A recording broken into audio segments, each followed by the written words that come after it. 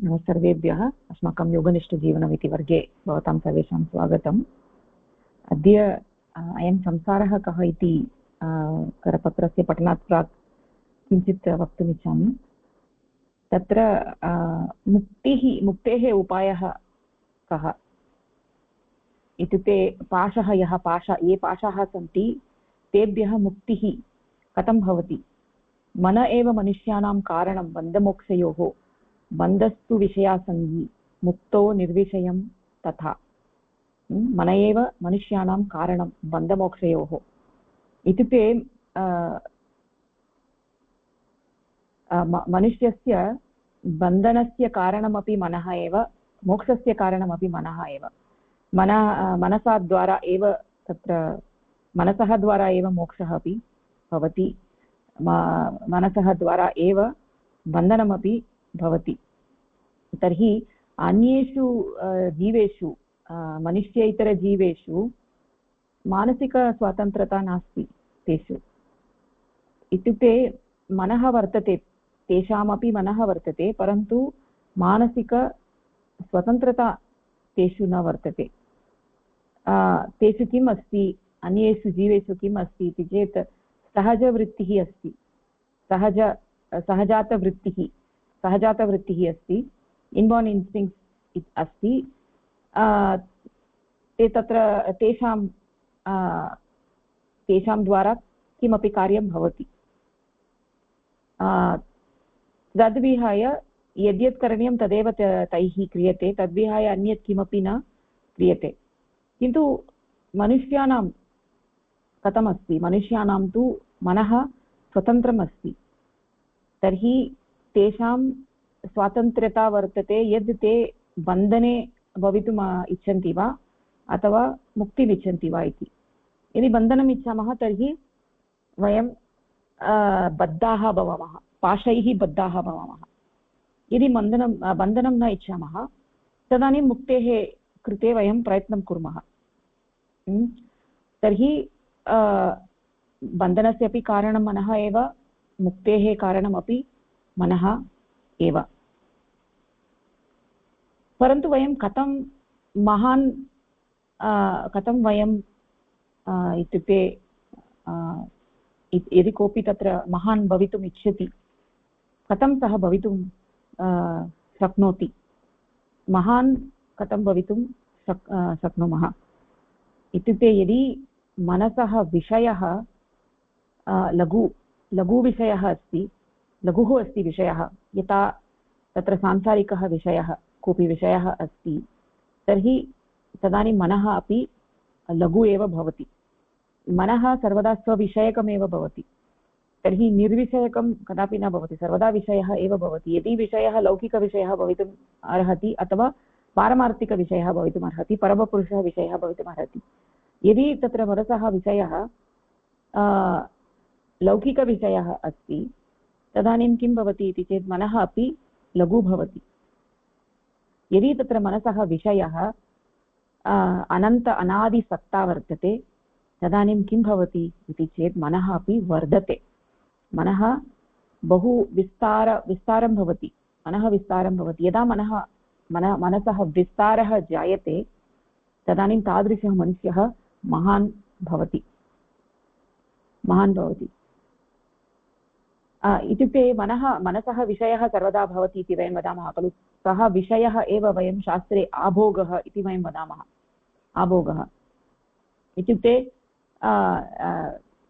यस्मात् वस्तुनः मनसः कृते भोजनं लभ्यते, इत्युक्ते यथा अस्माकं शरीरस्य कृते भोजनम् आवश्यकमस्ति, अन्नम् आवश्यकमस्ति, तथैव मनसः कृते अपि भोजनम् आवश्यकमस्ति, तदेव आभोगः इति वयं वदामः। इत्युक्ते मनसः विषयः यदि मनसः विषयः सीमितं वस्तु, क्षुद्रं वस्तु अस्ति तर्हि मनः अपि क्षुद्रं भवति, सीमितं भवति। यदि मनसः सीमितं वस्तु यदि मनसः विषयः, तदानीं मनः लघु भवति, तस्य विचारः अपि सर्वदा लघुः एव भवति। इत्युक्ते तस्य मनसि स्वच्छता न भवति, मनः शुद्धं न भवति। तर्हि आभोगः मनसः यः विषयः आभोगः, सः आभोगः असीमितः अस्ति, अनन्तः अस्ति, क्षुद्रः नास्ति, तदानीं किं भवति इति चेत् तदानीं मनः निरन्तरं वर्धते, मनः निरन्तरं वर्तते, तदानीं सः पुरुषः महान् पुरुषः इति वयं वदामः। तर्हि इदानीम् अस्माकं हस्ते अस्ति, यदि तत्र अस्माकं विषयः सीमितं वस्तु अस्ति वा, अथवा सीमितं वस्तु यदस्ति तद् वयं मनसः विषयः इति वयं स्वीकुर्मः वा, अतः असीमितवस्तु यदस्ति, विराट् वस्तु यदस्ति तद्वस्तु वयम् अस्माकं मनसः विषयः इति वयं स्वीकुर्मः वा इत्यत्र अस्माकं स्वातन्त्र्यं वर्तते अस्ति। यदि वयं महान् भवितुम् इच्छामः तदानीं वयं किं स्वीकुर्मः इति वयं जानीमः। यदि तत्र तादृशं न इच्छामः तर्हि केवलं लौकिकविषये एव वयं तृप्ताः, तदानीं तत्र किं भवति, वयं तु महान् न भवामः, तत्र किं भवति, तदानीं तु मनः सर्वदा लौकिके विषये एव पतति, अपि च लघु भवति, मनः लघु भवति। तर्हि तत्र बन्धः तु विषयासङ्गी, मुक्तो निर्विषयं तथा। मनसः विषयः नीचविषयः अस्ति, तदानीं तादृशविषयः तत्र पाशः इव भवति, येन मनः बद्धं भवति, तदानीं सः जीवः बद्धः इति वयं वदामः, बद्धः जीवः इति वयं वदामः। यदि मनसः विषयः अनादिसत्ता वर्तते तदानीं तं किं वदामः, सः जीवः मुक्तः जीवः, पाशबद्धः भवेत् जीवः, पाशमुक्तः भवेत् शिवः। यदि विषयः अस्माकं मनसः विषयः लघुविषयः, लौकिकविषयः, तदानीं पाशैः बद्धाः भवामः, अष्टपाशाः सन्ति, तैः पाशैः बद्धाः भवामः, सर्वदा जीवः इति एव वयं भवामः। यदि विषयः अनादिसत्ता वर्तते तदानीं तत्र सः एव पाशः इदानीं तत्र पाशैः सह मुक्तः भवति। यदा परमपुरुषः अस्माकं मनसः विषयः, तदानीं पाशैः सह बद्धः न भवति, मुक्तः भवति। यदा मुक्तः भवति तदानीं वयं तं शिवम् इति वयं वदामः, सः साक्षात् शिवः एव भवति। तर्हि इदानीं तत्र बन्धस्तु विषयासङ्गी, मनसः विषयः लघुविषयः अस्ति चेत् तदानीं तस्मिन् एव वयं सर्वदा विलीनाः भवामः, तदानीं साधारणः जीवः इति वयं भवामः, साधारणजीवरूपेण एव वयं तिष्ठामः। पाशबद्धाः भवेत् जीवाः, पाशः इत्युक्ते बन्धनं, पाशमुक्ताः भवेत् शिवः।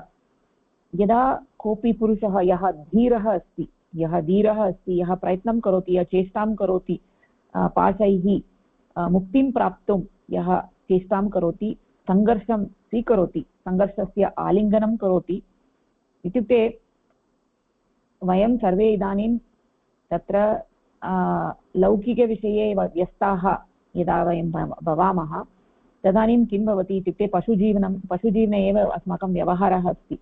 तदानीं परन्तु वयं जानीमः, अत्र ये अस्माकं वर्गे सन्ति वयं जानीमः यत् मनुष्यस्य धर्मः कः इति वयं जानीमः, अस्माकम् अनन्तेषणा वर्तते इति अपि जानीमः। तदानीं वयं किं कुर्मः इति चेत् इदानीम् अस्माकं हस्ते तत्र ऑप्शन 1 ऑप्शन 2 अस्ति, तर्हि तयोः मध्ये विकल्पद्वयं वर्तते, तयोः मध्ये वयं किं स्वीकुर्मः इति अस्माकं हस्ते अस्ति, स्वातन्त्र्यम् अस्माकं हस्ते अस्ति।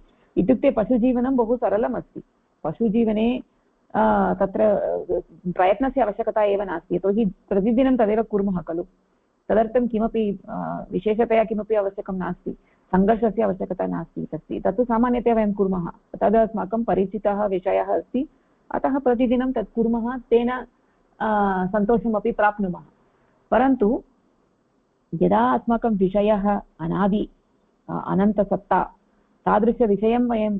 तादृशविषयस्य चयनं कुर्मः, इत्युक्ते चयनस्य आवश्यकता अस्ति, इत्युक्ते एवमेव भवति इति नास्ति, मनसि दृढसङ्कल्पः भवेत्, कथं दृढसङ्कल्पः भवेत्, अहम् इदानीं मम जीवनम् इतः अग्रे मम जीवनस्य लक्ष्यं किम् अस्ति, अनन्तस्य प्राप्तिः एव मम जीवनस्य लक्ष्यम् इति दृढसङ्कल्पः यदा भवति तदानीं किं भवति इति चेत् यदा वयं वर्गे आगच्छामः तदानीम् अस्माकं दृष्टिकोणः भिन्नः भवति। पूर्वं यथा अस्माकं दृष्टिकोणः आसीत् तथा नास्ति, इदानीम् अस्माकं दृष्टिकोणः नूतनः दृष्टिकोणः अस्ति।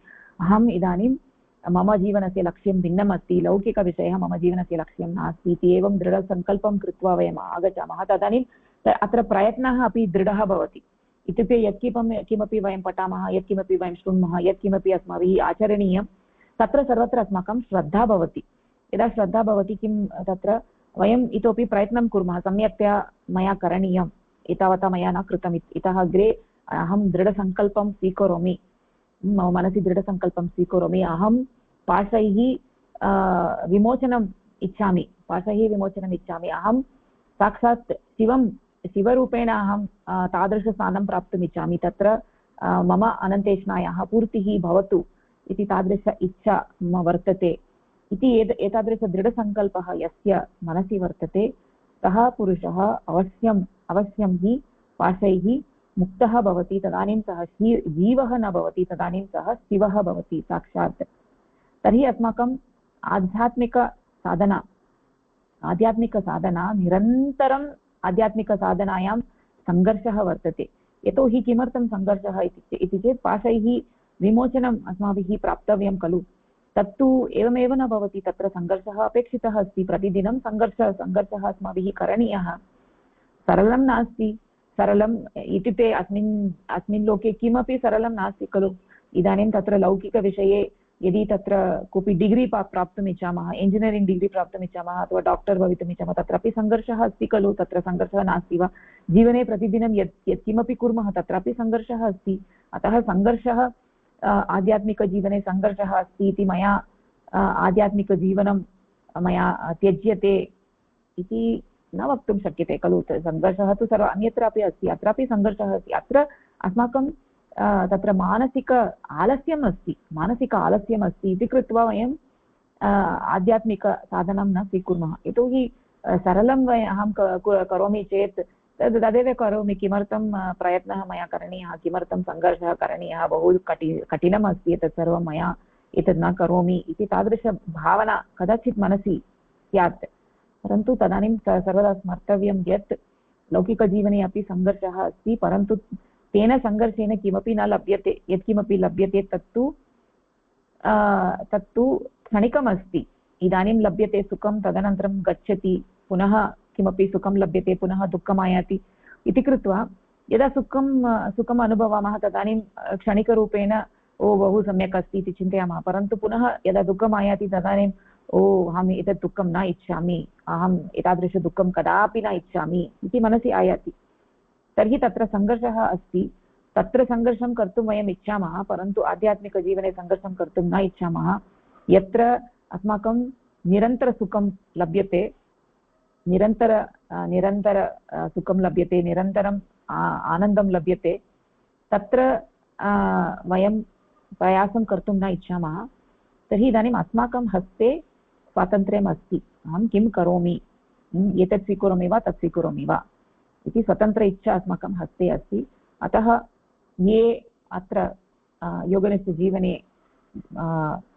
इत्युक्ते तत्र प्रयत्नं कर्तुम् इच्छन्ति, दृढसङ्कल्पः मनसि अस्ति, येषां मनसि दृढसङ्कल्पः अस्ति, ते अवश्यम् अत्र अस्मिन् प्रयासे निरन्तरं ते सङ्घर्षं स्वीकुर्वन्ति।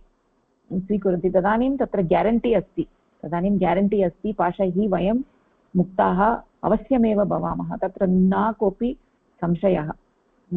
वयं सर्वे साधकाः स्मः खलु, तर्हि अतः वयम् अस्माभिः ज्ञातव्यमस्ति पाशः नाम कः, पाशैः कथं विमोचनं प्राप्तुं शक्नुमः, तदनुसारेण वयं कुर्मः। यदा वयं कुर्मः तदानीं वयम् अवश्यमेव साफल्यमपि वयं प्राप्नुमः। इदानीम् इत्युक्ते परमपुरुषस्य कृपावृष्टिः सर्वेषां कृते अस्ति, परमपुरुषस्य कृपावृष्टिः अस्ति, परन्तु यः पुरुषः तत्र स्वाभिमानेन तत्र छत्रं तस्य शिरसः उपरि छत्रं धरति तर्हि तस्य उपरि परमपुरुषस्य कृपावृष्टिः न भवति। यदि तस्य अहङ्कारः अस्ति, अहमेव सर्वं इत्युक्ते अहमेव अस्मिन् जगति महान् अस्मि इति एतादृशभावना यस्य अस्ति, सः तु तस्य शिरसः उपरि छत्रं धरति।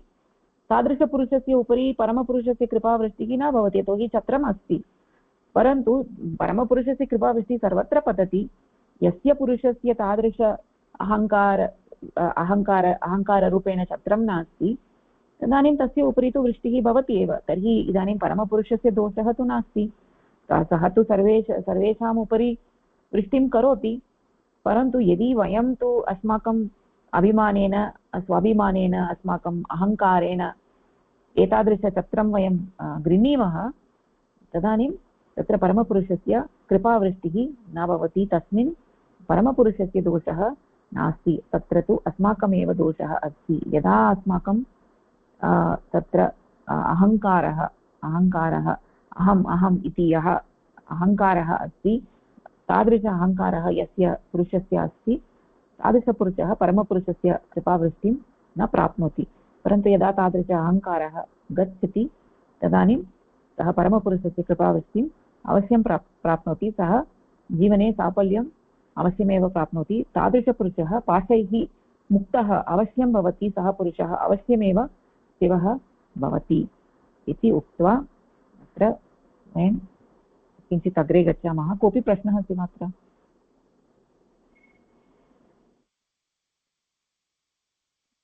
अस्तु,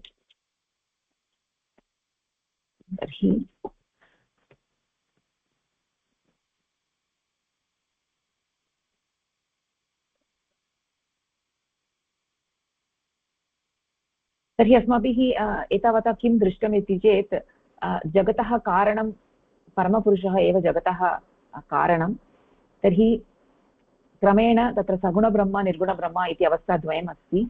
सगुणब्रह्म एव अत्र सृष्टेः कारणम् अस्ति। सः स्वम् एव सामग्रीरूपेण स्वीकृत्य जगत् करोति। तत्र ब्रह्मणि पुरुषः प्रकृतिः इति सत्ताद्वयं वर्तते। निर्गुणब्रह्मणि अपि सत्ताद्वयं वर्तते। निर्गुणब्रह्मणि पुरुषः प्रकृतिः इति सत्ताद्वयं वर्तते। प्रकृतिः तत्र निर्गुणब्रह्मणि सा किमपि कर्तुं न शक्नोति। यद्यपि तस्यां गुणाः सन्ति, परन्तु सा किमपि कर्तुं न शक्नोति, यतोहि पुरुषेण अनुमतिः न दत्ता। यदा पुरुषः अनुमतिं ददाति, तदानीं तत्र प्रकृतिः पुरुषं गुणान्वितं करोति। तदानीम् इदं सृष्टिः इदं जगत् इदं परिदृश्यमानं जगत् दृश्यते। तर्हि अत्र अस्मिन् जगति यत्किमपि अस्ति, पुस्तकं वा भवतु, मनुष्यः भवतु, पशुः भवतु, वृक्षः भवतु, पाषाणखण्डः भवतु, जलं वा भवतु, यत्किमपि आकाशः भवतु, यत्किमपि भवतु नाम तत् सर्वं ब्रह्म एव। ब्रह्म विहाय अन्यत् किमपि नास्ति। अत्र या धूलिः अस्ति, भूमौ या धूलिः अस्ति, सा अपि ब्रह्म एव। सा एव ब्रह्म एव। सर्वम् अत्र जगति यत्किमपि अस्ति, सर्वं ब्रह्मस्वरूपं, सर्वं ब्रह्मणः एव अभिव्यक्तिः अस्ति इति सर्वदा स्मर्तव्यम्। तर्हि इदानीं तत्र यदा इत्युक्ते अत्र इदं जगत् स्थूलं वर्तते। मया तु इदं जगत् दृश्यते, स्थूलं वर्तते। जगति तन्मात्राणि सन्ति, मया जगत् द्रष्टुं शक्यते, अनुभवितुं शक्नोमि। तर्हि इदानीं परन्तु पुरुषः तु सूक्ष्मः वर्तते इति एतावत् अस्माभिः दृष्टम्। इदानीं स्थूलजगतः बीजं सूक्ष्मपुरुषे कथं भवितुम् अर्हति इति, तर्हि तत्र पुरुषः सूक्ष्मः न स्यात्, पुरुषः स्थूलः स्यात् इति अस्माकं प्रश्नः जायते। तदानीम् अस्माभिः किम् उक्तमस्ति, इदं जगत् तु वस्तुतः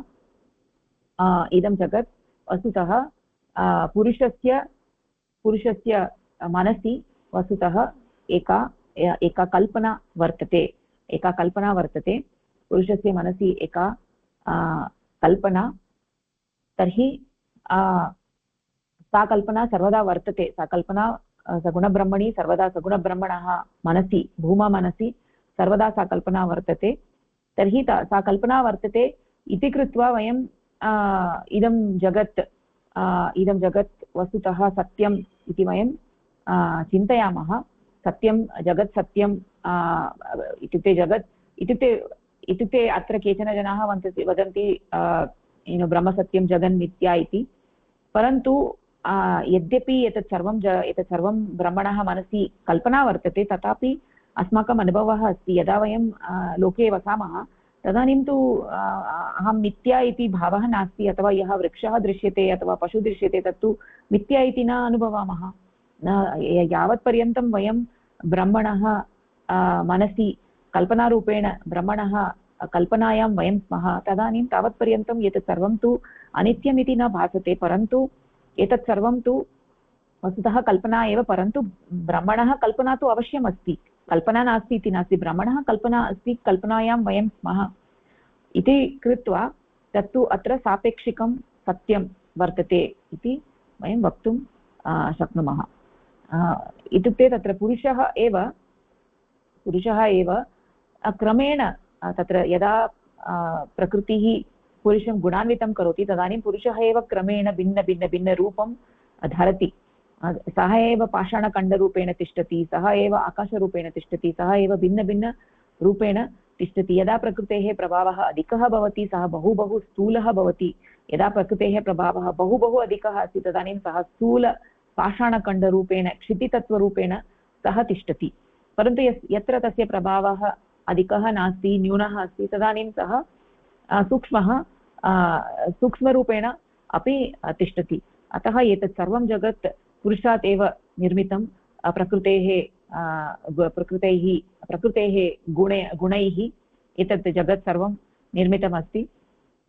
तर्हि अत्र सूक्ष्मः स्थूलः इति यदा वयं वदामः तत्र स्मर्तव्यं, सूक्ष्मः इत्युक्ते यत्र तन्मात्राणि न सन्ति, रूपरसगन्धस्पर्श शब्दतन्मात्राणि न सन्ति, तादृशसत्ता सूक्ष्मसत्ता।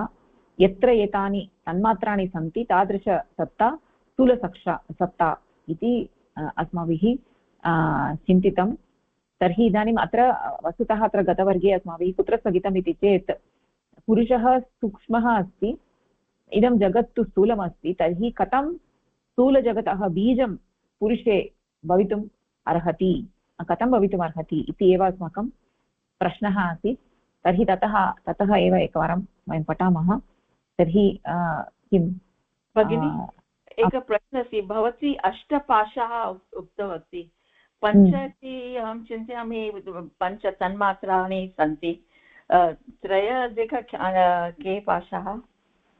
न, तन्मात्राणि इति भिन्नं, पाशाः इति भिन्नः। पाशाः इत्युक्ते विषयाः एव बन्धः भवन्ति न, इत्युक्ते पाशः इत्युक्ते कामक्रोध मोह लोभ मदमात्सर्य लज्जा इति एव एतादृश अष्टपाशाः सन्ति। अस्तु, तन्मात्राणि इति विषयः भिन्नः अस्ति, पाशाः इति भिन्नविषयः। विषयाः ये भवन्ति, इन्द्रियाणि, इन्द्रियाणां ये विषयाः सन्ति ते अपि पाशाः एव भवन्ति साधु।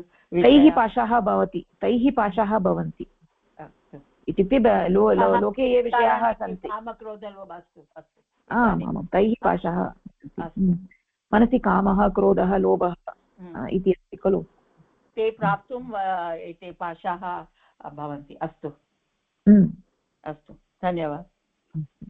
तर्हि भवती एव पठतु इतः अग्रे। अस्तु, भवत्याः स्क्रीन् न दृष्टः?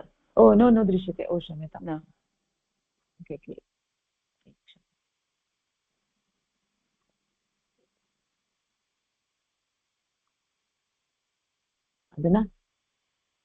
अधुना इति सर्क्लिङ्ग्। अस्तु, आगच्छति।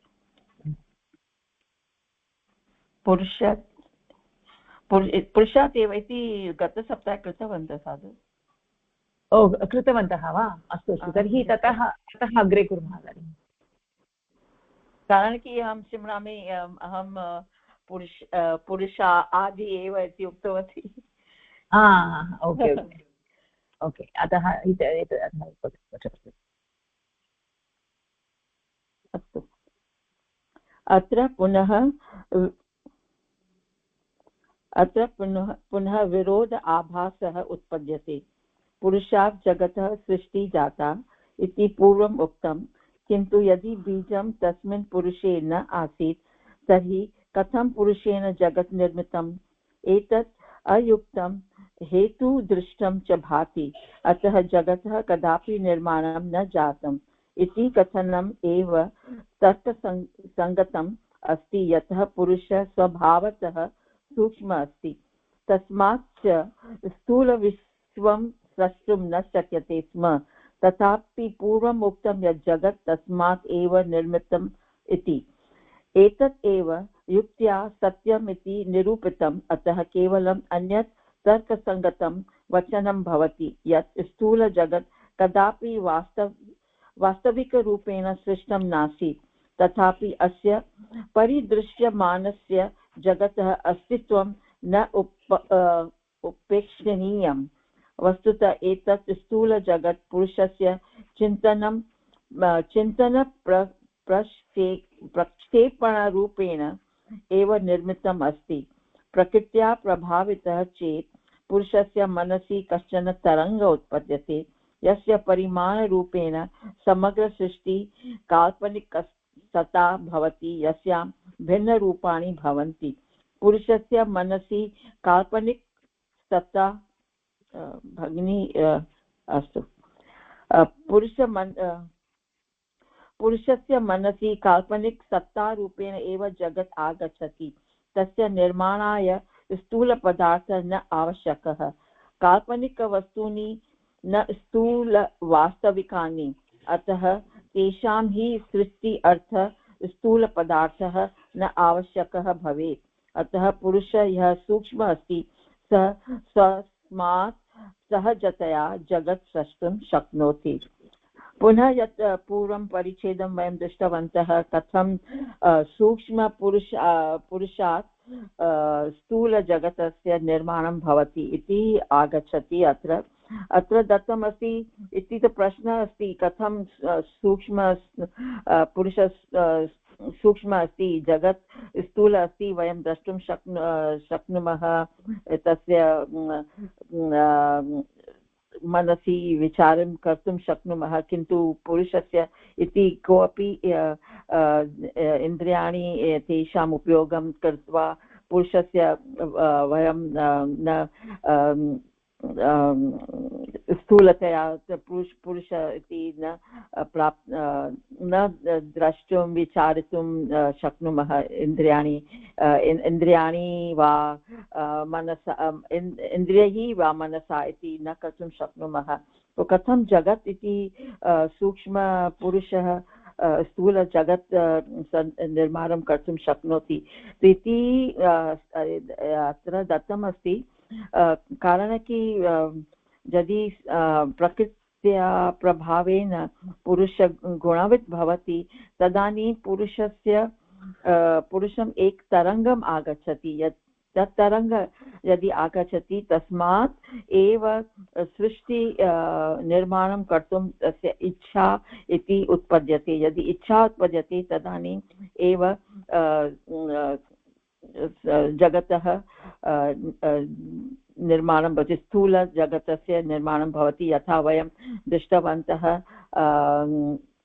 सूक्ष्मतात् स्थूलतर इति यदि भूतानि सन्ति तस्य निर्माणं भवति इति परिमाणं भवति। तो इति नूतनबिन्दुः अस्ति। पुरुषस्य मनसि प्रकृत्या प्रभावेन तरङ्ग आगच्छति, तरङ्गाने इच्छा आगच्छति, अनेन यत् इच्छा भवति तत् अनन्तरं क्रिया भवति इति अस्ति। काल्पनिक यदि कल्पना यदि वयम् अपि कल्पना इदानीं कुर्मः तत् पुरुषस्य कल्पना वयं न कर्तुं शक्नुमः। कारण कि पुरुषः वयं जानीमः निर्गुण अस्ति, तस्य काल्पनिकरूपं न अस्ति। किन्तु यदि वयं स्वः प्रयोगम् इति यदि कम्पेरिसन् कुर्मः तो अस्माभिः अस्ति कथं वयं किं कार्यं कुर्मः। प्रथमम् अस्माकं मनसि का इच्छात् पूर्वम् एकं तरङ्ग आगच्छति, तस्मात् इच्छा यदि इच्छा तीव्र भवति तदानीम् एव वयं तत् कार्यं कर्तुं वयं अग्रे प्रसामः। अस्माभिः एता प्रक्रिया भवति अस्माकं मनसि अपि तद्। आमाम् आमाम् इत्युक्ते अस्माकं यथा कल्पना भवति तथा परमपुरुषस्य यथा अस्माकं मनसि कल्पना भवति तथा परमपुरुषस्य मनसि कल्पना भवति। तस्यां कल्पनायां वयं सर्वे स्मः।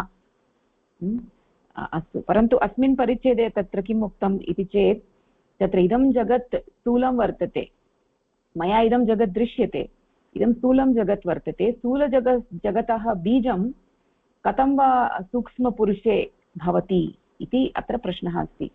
इत्युक्ते क्षीरे तत्र घृतं वर्तते, क्षीरे मया न दृश्यते परन्तु तत्र वर्तते। यदा तस्य मतनं कुर्मः तदानीं तत्र घृतं लभ्यते अथवा नवनीतं लभ्यते। तर्हि तत्र नवनीतस्य बीजं क्षीरे अस्ति इति कृत्वा अस्माभिः नवनीतं प्राप्तम्। एवम् इदं स्थूलजगतस्य बीजं सूक्ष्मपुरुषे वर्तते इति कथं वक्तुं शक्नुमः? यदि इदं स्थूलमस्ति तस्य बीजं तत्र स्यात् तर्हि पुरुषः अपि स्थूलं स्यात्। मया पुरुषस्य दर्शनं मया कर्तुं शक्यते स्यात्, परन्तु तथा नास्ति। तर्हि यदा यदा मनुष्यः निद्रां करोति, मनुष्यः निद्रां करोति रात्रौ, तदानीं तस्य निद्रायां स्वप्नः आयाति। तत्र स्वप्ने सः बहु किमपि बहूनां विषयाणां कल्पनां करोति तस्य मनसि, तस्य स्वप्ने। तर्हि स्वप्नावस्थायां तु तत्सर्वं तत्र ये विषयाः सन्ति ते सर्वे अपि वास्तविकरूपेण एव ते सर्वे विषयाः दृश्यन्ते। परन्तु तत्र तु ते विषयाः तु कल्पनायाम् एव, अस्माकं स्वप्ने एव ते विषयाः सन्ति। यदा तस्य स्वप्नः भग्नः भवति, यः सः उत्थितः भवति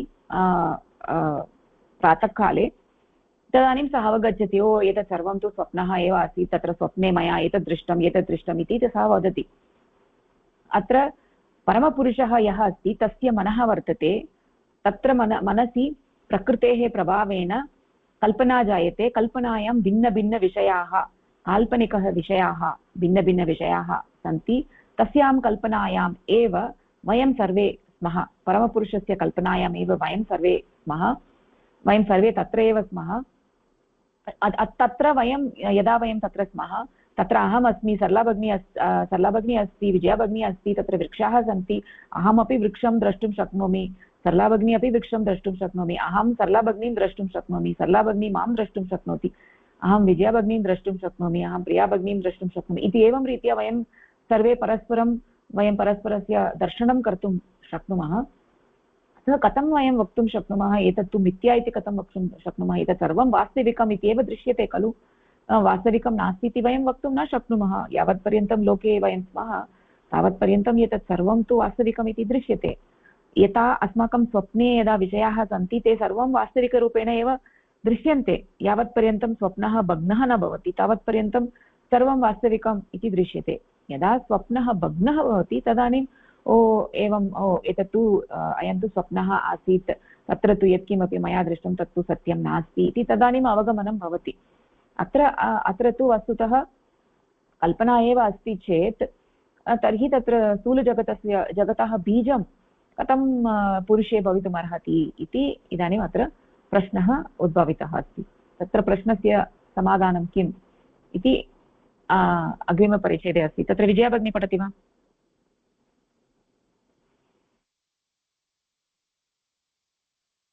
आं महोदय।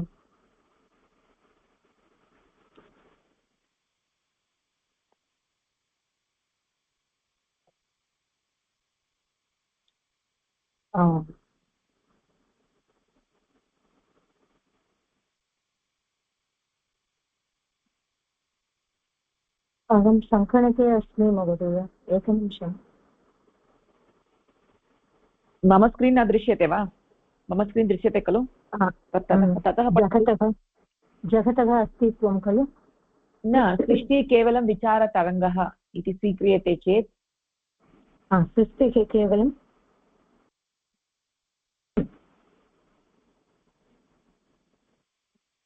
अस्तु महोदय सृष्टेः केवलं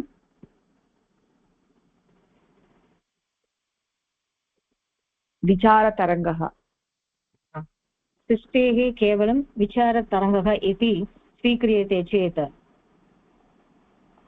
निम्नलिखितसंशयाः उत्पद्यन्ते अत्र सृष्टेः केवलं विचारतरङ्गः अस्ति एव खलु अत्र विचारं सृष्टेः विषये भवति इति स्वीक्रियते चेत् अत्र निम्नलिखितसंशयाः बहवः उत्पद्यन्ते एव अस्माकम् अग्रे पठतु कथम् इमं जगत् कथम् इमं जगत् यथार्थम् इति अनुभवामः इदं जगत् कथम् इदं जगत् यथार्थम् इति अनुभवामः यदि तत् स्थूलरूपेण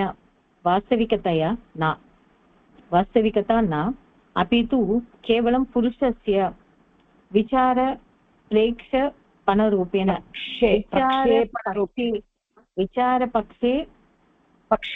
विचारप्रक्षेपणरूपेण विद्यते आम् विचारप्रक्षेपणरूपेण विद्यते पुरुषस्य विचारः तरङ्गस्य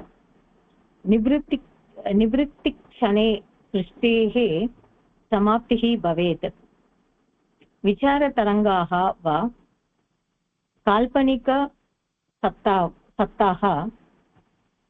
क्षणमात्राः तेषां निवृत्तिः पूर्णतया प्रलयं जनयेत् अत्र कथम् इदं जगत् यथार्थम् इति अनुभवामः अत्र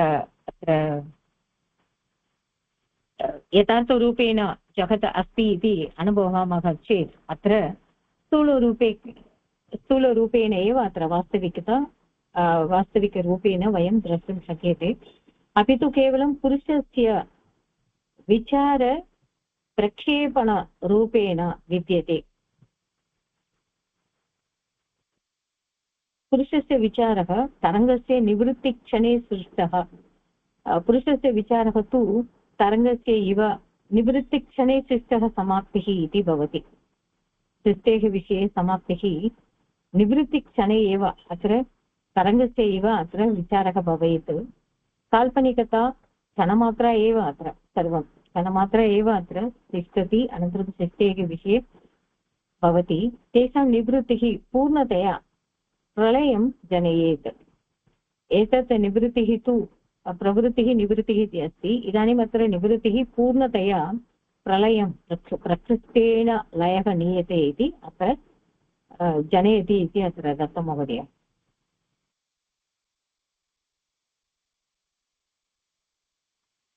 समीचीनं भगिनि धन्यवादः इदानीम् अत्र प्रश्नः उद्भावितः कथं सूक्ष्मपुरुषे स्थूलं जगत् वर्तते इति प्रश्नः उद्भावितः तर्हि तत्र सृष्टिः केवलं परमपुरुषस्य मनसि विचारतरङ्गः इति यदा वयं स्वीकुर्मः तदानीम् एते प्रश्नाः आयान्ति तर्हि इत्युक्ते यद् जगत् वयम् अनुभवामः तत्तु वस्तुतः तत्तु वास्तविकतया तत्तु विचारतरङ्गः एव अस्ति वास्तविकतया तत्र इत्युक्ते तत्र स्थूलवस्तु स्वीकृत्य तस्य निर्माणं कृतमिति नास्ति यथा घटस्य निर्माणार्थं मृत्तिका अपेक्षिता अस्ति कोऽपि कुम्भकारः मृत्तिकां स्वीकृत्य घटस्य निर्माणं करोति तथा अत्र परमपुरुषः तत्र स्थूलपदार्थं स्वीकृत्य जगतः निर्माणं परमपुरुषेण कृतम् इति तु अत्र नास्ति वस्तुतः तत्र जगतः निर्माणं केवलं विचारतरङ्गरूपेण पुरुषस्य मनसि विचारतरङ्गरूपेण एव अस्ति तर्हि यथा अस्माकं मनसि यदा विचारतरङ्गः आयाति यदा अस्माकं मनसि कल्पना आयाति किञ्चित् कालानन्तरं कल्पना नश्यते तदानीं कल्पनायां यद् दृष्टं तत् सर्वं गच्छति एवं परमपुरुषस्य कल्पना अपि क्षणिका वा तस्यापि यदा कल्पना समाप्यते तदानीं सृष्टेः अपि विनाशः भवति वा इति एतादृशप्रश्नः आयान्ति तर्हि इदानीं कल्पना इत्यस्य एतादृशप्रश्नानां समाधानं कथं प्राप्तुं शक्नुमः इति चेत् प्रथमतया कल्पना नाम का इति अस्माभिः सम्यक्तया अवगन्तव्या। तर्हि कल्पना कथं भवति इति अस्माभिः ज्ञातव्यं। तर्हि इदानीम् अग्रे किं सरला भगिनी अग्रे पठति वा?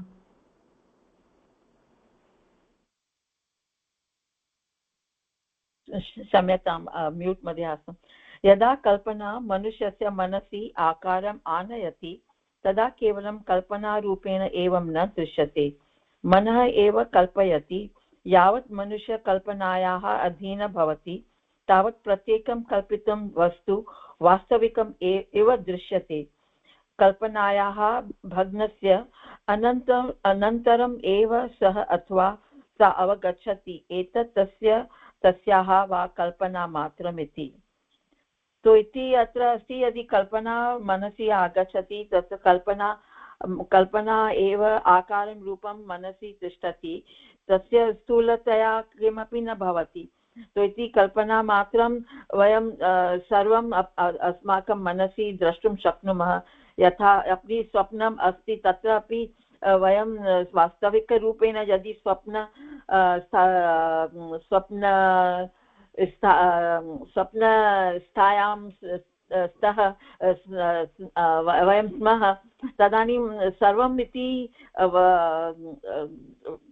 वस्तुतः वास्तविक इति भाति, किन्तु वास्तविक नास्ति। यदि वयं जागृतं भवामः तत् सर्वमिति अपगच्छति, किमपि नास्ति इति कल्पना एव आसीत् अस्माकं मनसि स्वप्न अपि।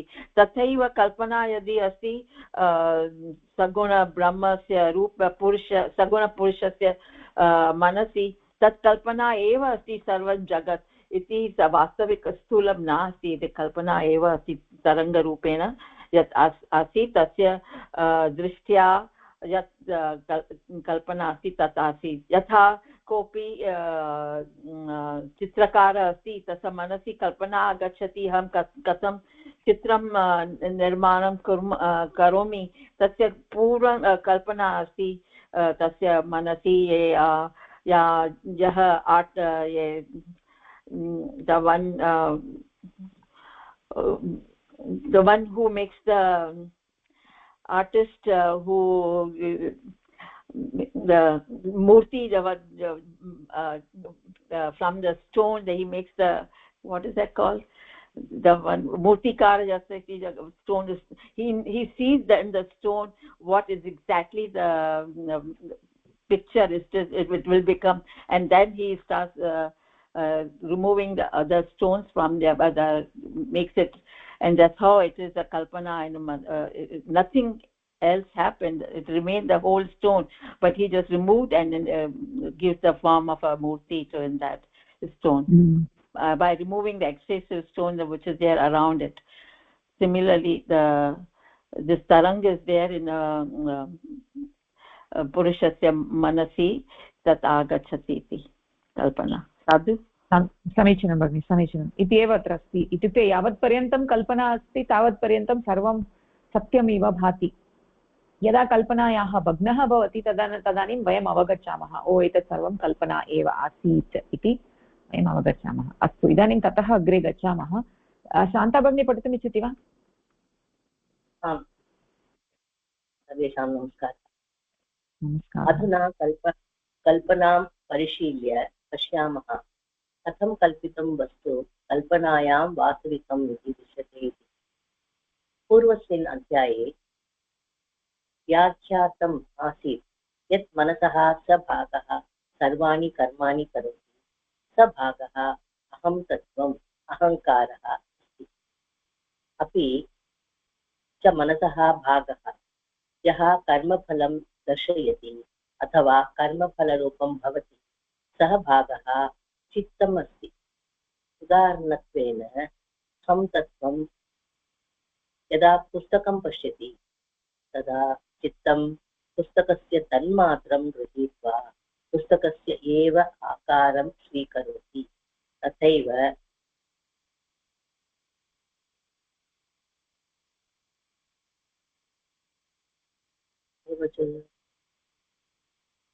तथैव यदा कश्चन पुरुषः किञ्चित् रूपं कल्पयति तदा अहं तत्त्वं कार्यं कर्तुम् आरभते। चित्तेन रूपं ग्राह्यं भवति येन अहं तत्त्वं द्रष्टुं शक्नोति। उदाहरणत्वेन रामः प्रयागनगरे उपविशन् चान्दिनी चौक् नगर् चिन्तयन्नस्ति। उदाहरणत्वेन रामः प्रयागनगरे उपविशन् चान्दिनी चौक् नगरं चिन्तयन्नस्ति। रामः स्वस्य अहं तत्त्वेन चान्दिनी चौक् नगरं चिन्तयति। रामस्य चित्तेन चान्दिनी चौक् नगरस्य रूपं गृहीतत्वं भवति। तस्मिन्नेव क्षणे तस्य अहं तत्त्वं चान्दिनी चौक् नगरं द्रष्टुम् आरभते कल्पनायाम्।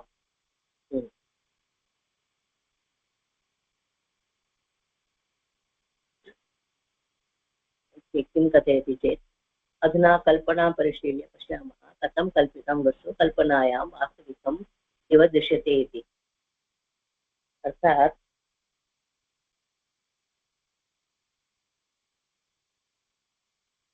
वयं किं पश्यामः तथैव सत्यं भवति, किन्तु कल्पनायां किं वयं दृष्टुं परिशीलनं कुर्वामः तानि सर्वं कल्पनस्य अभावस्य न दृश्यते, तस्मिन् क्षणे मात्रं तिष्ठति। इदमेव वयं पूर्वे अध्यायात् दृष्टुमः। परन्तु मनसः ये भागः सर्वाणि चिन्तयति तत् कर्माणि करोति तत् भागं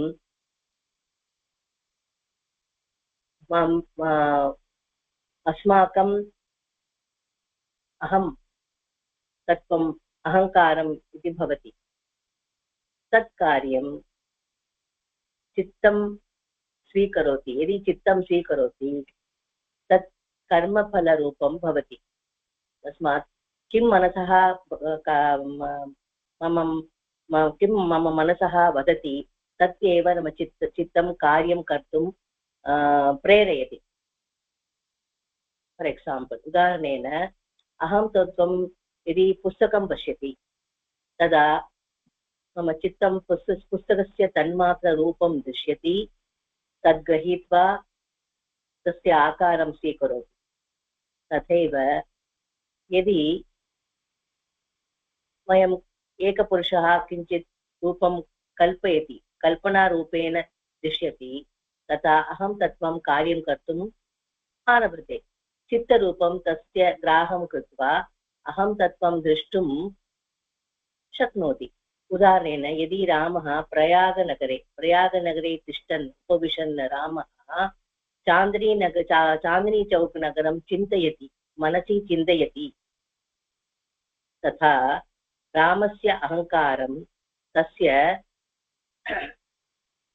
चित्तात् प्रविश्य चान्दिनीनगरस्य रूपं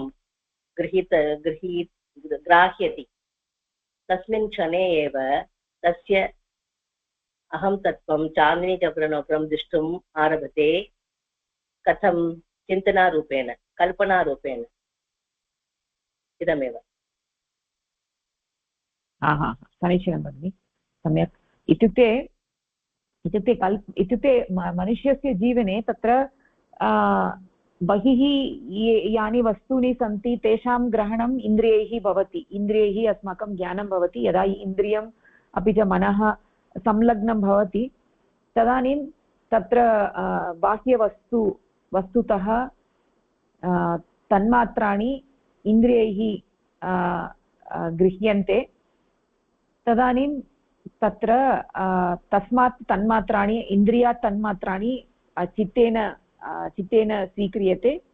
तर्हि चित्तं बाह्यवस्तुनः रूपं धरति, अथवा बाह्यवस्तु यद् शब्दः अस्ति चेत् शब्दरूपेण भवति चित्तम्, अथवा पुस्तकस्य रूपं धरति, अथवा रसरूपेण भवति, अथवा स्पर्शरूपेण भवति। अतः यत्किमपि अस्माकम् इन्द्रियस्य विषयः तद्रूपं भवति चित्तं।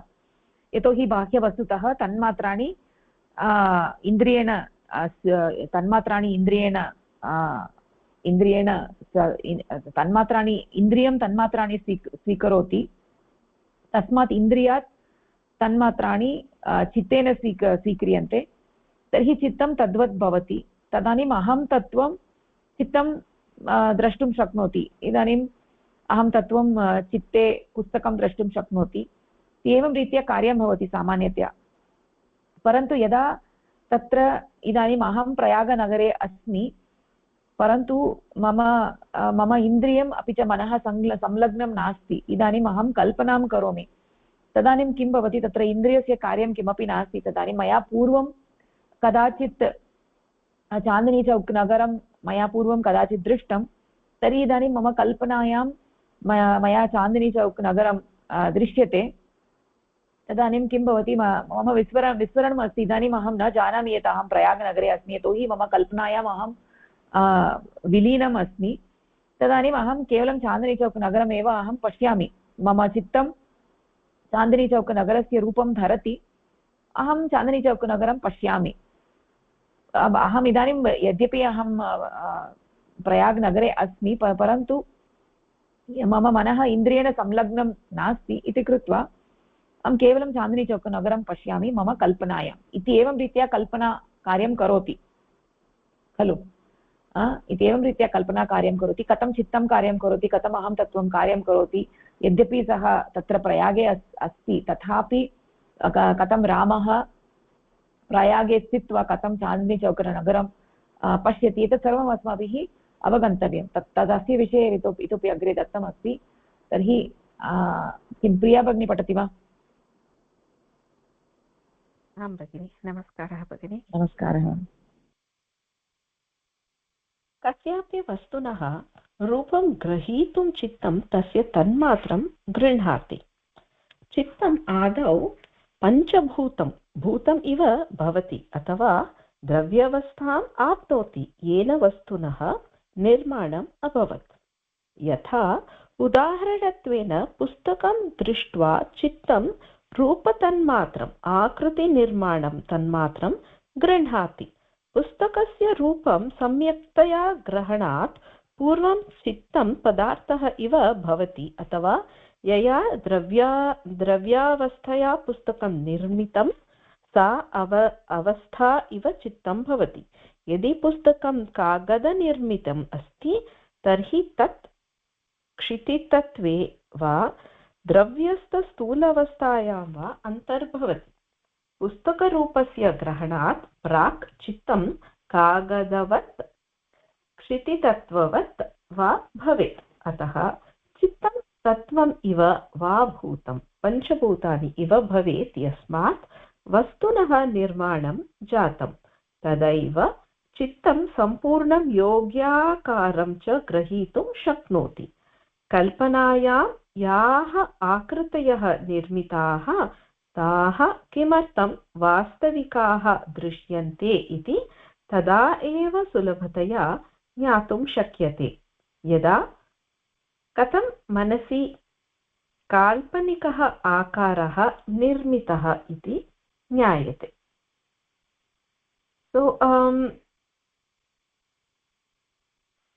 प्रथमं एकं वस्तुनः रूपं वयं ग्रहणीयं चेत् तस्य चित्तं तु प्रथमं तस्य तन्मात्रं गृह्णाति। इत्युक्ते तत्र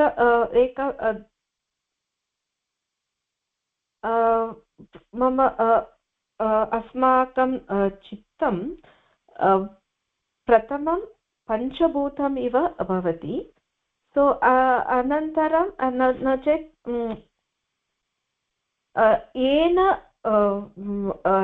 पञ्चभूतेन नो चेत् येन द्रव्यया तत् निर्माणम् अभवत्, प्रथमं तत् एव आप्नोति।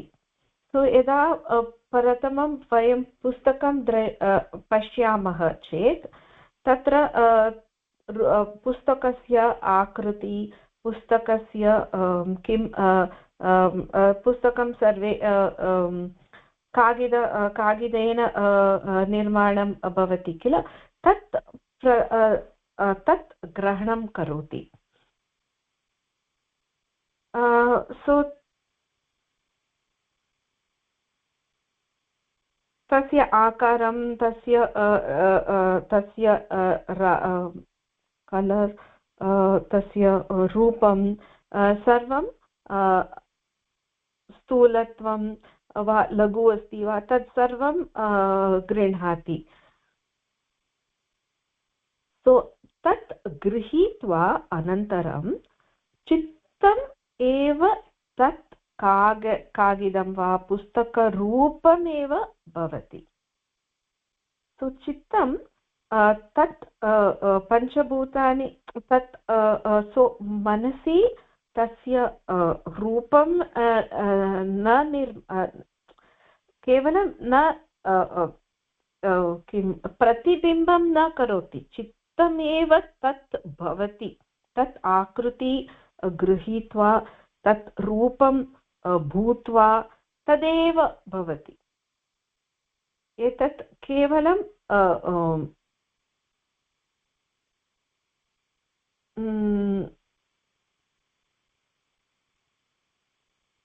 सो अतः सो तत् चित्तः एव तत्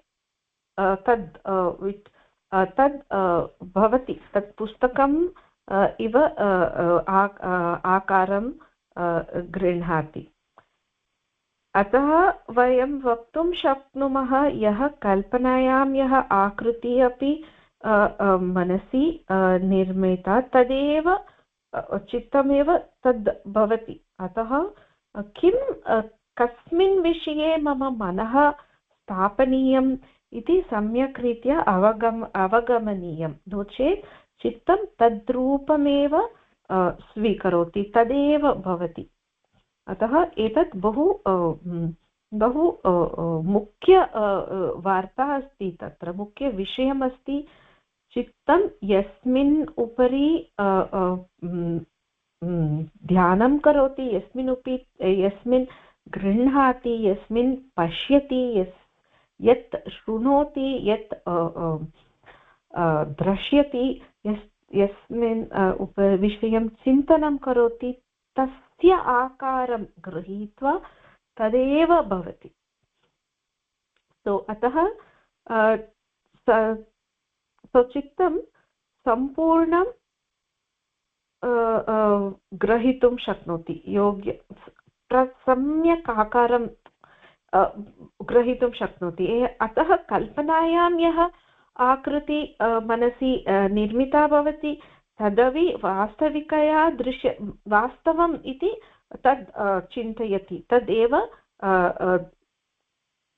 दृश्यते।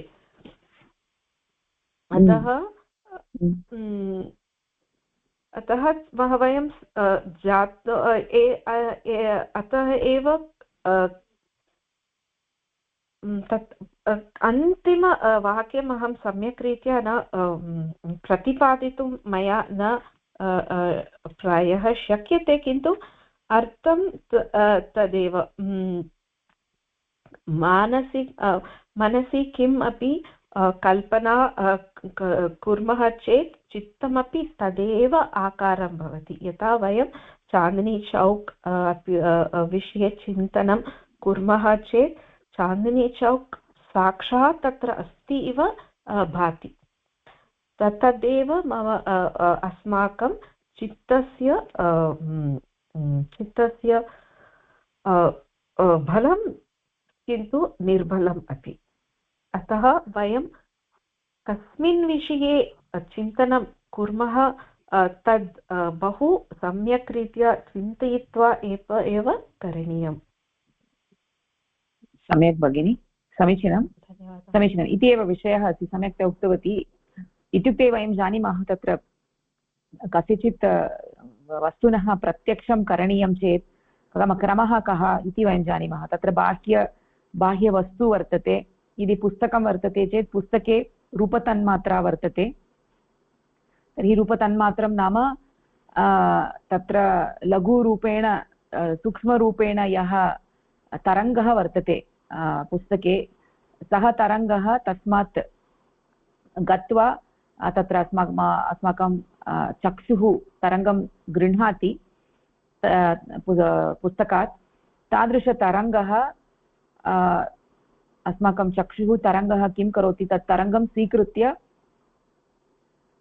तं तरङ्गं स्वीकृत्य अस्माकं चित्तं प्रति दास्यति तदानीं चित्तं तं तरङ्गं स्वीकृत्य तद्वत् भवति बाह्यवस्तुवत् भवति इदानीं बाह्यवस्तु पुस्तकं स्थितितत्त्वरूपेण अस्ति पृथ्वीरूपेण अस्ति तत्र तादृश तन्मात्रं स्वीकृत्य चित्तं पुस्तकवत् भवति पुस्तकवत् यदा चित्तं पुस्तकवत् रूपं धरति तदानीम् अहं तत्त्वं पुस्तकं द्रष्टुं शक्नोति यदि बाह्यवस्तु शब्दः अस्ति तदानीं शब्दतन्मात्रं तत्र श्रवणेन्द्रियम् अस्माकं कर्णः यः अस्ति सः शब्दतन्मात्रं स्वीकरोति तदानीम् अस्माकं कर्णतः चित्तं प्रति तत् तन्मात्रं गच्छति तदानीं चित्तं शब्दवत् भवति तदानीम् अहं तत्त्वं शब्दं श्रोतुं शक्नोति इति एवं रीत्या क्रमः अस्ति सर्वत्र बाह्यवस्तुनः इदानीं यदा बाह्यवस्तु नास्ति परन्तु अस्माकं मनसि एव कल्पना अस्ति तदानीं कल्पनायामपि वयं पुस्तकं द्रष्टुं शक्नुमः खलु इदानीं वयम् अस्माकं नयनम् उन्मील्य वयं पुस्तकं द्रष्टुं शक्नुमः सर्वे नयनम् उन्मील्य एकवारं पुस्तकं पश्यन्तु यदा वयं पुस्तकं पश्यामः तदानीं पुस्तकम् अस्ति इति दृश्यते पुस्तकम् अस्ति इति दृश्यते चेत् तत्र पुस्तकं वास्तविकतया अस्ति वा अथवा नास्ति वा इति चिन्तनं नास्ति इदानीम् अत्र वास्तविकमेव भाति यदा अहं नयनम् उन्मील्य पुस्तकं पश्यामि तदानीं पुस्तकम् अस्ति इति भाति तत्र पुस्तकं वास्तविकं नास्ति इति न भाति पुस्तकम् अस्ति इति एव भाति अतः यदा वयं कल्पनां कुर्मः तदानीं वास्तविकम् इति एव दृश्यते कल्पना इति न दृश्यते यावत्पर्यन्तं कल्पना वर्तते तावत्पर्यन्तं वास्तविकम् इति एव अस्ति इति तत्र द्रष्टव्यम् अस्तु तर्हि अत्र तत्र नूतना छात्रा अस्ति अमिता भगिनी वा अथवा अमिता भगिनी अस्ति वा भगिनी प्रश्नः अस्ति यथा तन्मात्रा स्वीकृत्य तस्मिन् यत् द्रव्य आश्रित अस्ति तन्मात्रा तत् वयं वक्तुं शक्नुमः न तस्य आकारः यत् अस्ति यथा पुस्तकस्य स्थितितत्त्वम् अस्ति किन्तु तन्मात्रा इति रूपम् अस्ति रूपस्य आश्रय तेजस् अस्ति साधु किन्तु अन्या न रूपस्य आश्रयः पृथ्वी अपि अस्ति किमर्थं तेजः इति वदति तेजः अपि रूपस्य आश्रयः अस्ति पृथ्व्यामपि रूपमस्ति खलु आमाम् अस्तु किन्तु चक्षु इन्द्रियेण रूपं वयं गृह्णीमः चक्षुरिन्द्रियेण रूपं गृह्णीमः रूपतन्मात्रं गृह्णीमः पुस्तकात् रूपतन्मात्रं गृह्णीमः तद् रूपतन्मात्रं चक्षुः तत् अस्माकं किं मस्तिष्कस्य द्वारा चित्तं प्रति ददाति तदानीं चित्तं तत् तन्मात्रं स्वीकृत्य पुस्तकवत् भवति रूपतन्मात्रं स्वीकृत्य न अहं प्रत्येकस्य द्रव्य यत् आश्रय तन्मात्रा भवति पुस्तकं न केवलम् इति रूपं स्थितितत्त्वम् अस्ति वस्तुतः किन्तु वयं स्पर्शं न किमर्थं केवलं स्थितितत्त्वं नास्ति इति वदति द्रव्यम् अस्ति क्षितितत्त्वमपि अस्ति खलु किम् अस्ति अन्यत् किं भवति अन्यत् किमपि नास्ति केवलं पृथ्वी क्षितितत्त्वमेव खलु तर्हि क्षितितत्त्वे तु तत्र सर्वाणि तन्मात्रा सन्ति सर्वाणि तन्मात्राणि सन्ति अस्तु अस्तु धन्यवादः। यदि यदि पुस्तकं न पश्यामः, पुस्तकस्य तत्र गन्धः यः अस्ति तद् गन्धं वयं घ्राणं कुर्मः, तदानीं पुस्तकम् अस्माकं नासिकाया समीपे स्थापयामः चेत् तत्र घ्राणस्य तत्र गन्धस्य गन्धं स्वीकुर्मः नासिकया, तदानीं तत्र नूतनपुस्तकं उद्घाटयामः, तत्र गन्धः अपि तदानीं चित्तं गन्धवत् भवति, गन्धतन्मात्रं स्वीकरोति। अस्तु। यदि पुस्तकस्य स्पर्शं कुर्मः तदानीं स्पर्शतन्मात्रं वयं स्वीकुर्मः तत्र स्पर्शेन्द्रियेण, तदानीं तत्र किं भवति, चित्तं स्पर्शवत् भवति। अस्तु। अथवा पुस्तकस्य स्वादं कुर्मः तदानीं तन्मात्रायाः ग्रहणं भवति रसनेन्द्रियद्वारा, पुनः चित्तं तद्वत् भवति। धन्यवादः। अस्तु, अत्र कोऽपि प्रश्नः अस्ति वा एतावता? इति इदानीम् अग्रिमपरिच्छेदः किञ्चित् दीर्घः अस्ति इति कृत्वा अग्रिमसप्ताहे स्वीकुर्मः। अत्र कोऽपि प्रश्नः अस्ति चेत् पृच्छन्तु, नो चेत् अग्रे गच्छामः। अग्रिमसप्ताहे अत्र स्थगनं कुर्मः। धन्यवादः भगिनि। धन्यवादः, नमस्कारः।